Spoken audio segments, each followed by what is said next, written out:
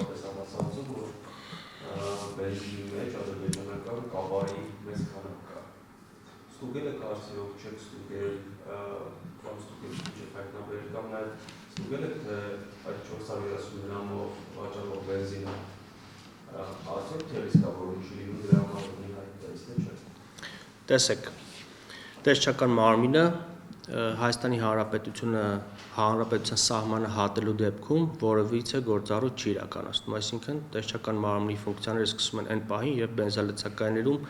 սկսվում է վաճառվել տվյալ արտադրանքը, բայց իմ ունեցած տեղեկատվություններով մենք հարցում էինք արել այս թեմայով չափագիտության եւ ստանդարտացման ազգային մարմին, որտեղից որ տեղեկացել ենք, որ այո, փորձանմուշներ վերցրել են, լաբորատոր փորձաքննություն իրականացվել է ու խմբաքանակը ամբողջովին համապատասխանել է ԵԱՏՄ տեղ կանոնակարգին, այսինքն որակական առումով որևիցե խնդիր չի եղել։ Իսկ բենզալցակայաններում տեսչական մարմնի ստուգման ընթացքում տեսչական մարմինը ընդհանրապես տեղեկատվություն չի ունենում, թե բենզալցակայանը կոնկրետ որ երկրից, որ պետությունից է ներմուծել արտադրանքը, այսինքն տեսչական մարմնի աշխատանքն է ապահովել չափագիտական կանոնների եւ նորմերի ապահովումը, մենք ապահովում ենք մեծ հաշվով, մեր համար տարբերություն չկա, թե որ երկրի արտադրանքն է վաճառվում տվյալ բենզալցակայանում։ Հետևաբար այդ ինֆորմացիան մենք չունենք, որ բենզալցակայանում վաճառվող բենզինի կամ դիզելային վառելիքի արդյունքում է լինում թե լիցքավորում կամ չի լինում։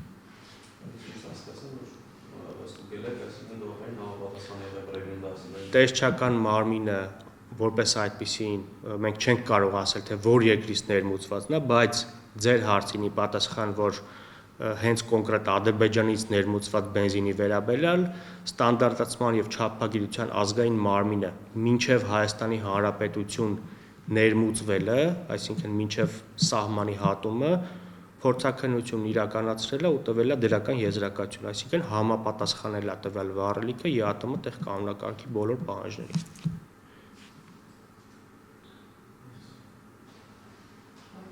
Իհարկե։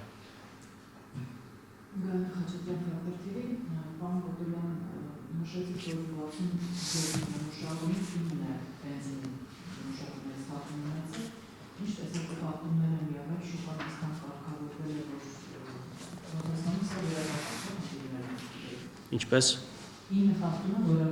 Այո, տեղ կանոնակարգի խնդիրներ։ Ինչ խնդիրներ են եղել եւ նախկինում կիրառվող տարածված պրակտիկան, որ ռեգուլյար բենզինը պրեմիումի փոխարեն էին վաճառում։ Սա արդեն չկա շուկայում, թե Տեսեք,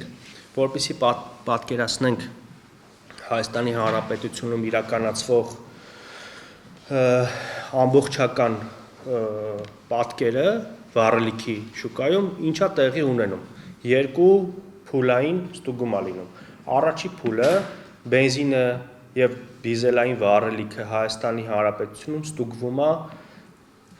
ստանդարտացման եւ չափագիտության ազգային մարմնի կողմից այն պահին, երբ որ հատում է Հայաստանի Հանրապետության սահմանը, այսինքն երբ մեքենայով բենզինը ներմուծում են Հայաստան, այդ պահին նմուշառում է իրականացվում, փորձաքննություն է անցնում, որից հետո թույլատրվում է խմբաքանակը ներմուծել Հայաստան կամ չի թույլատրվում։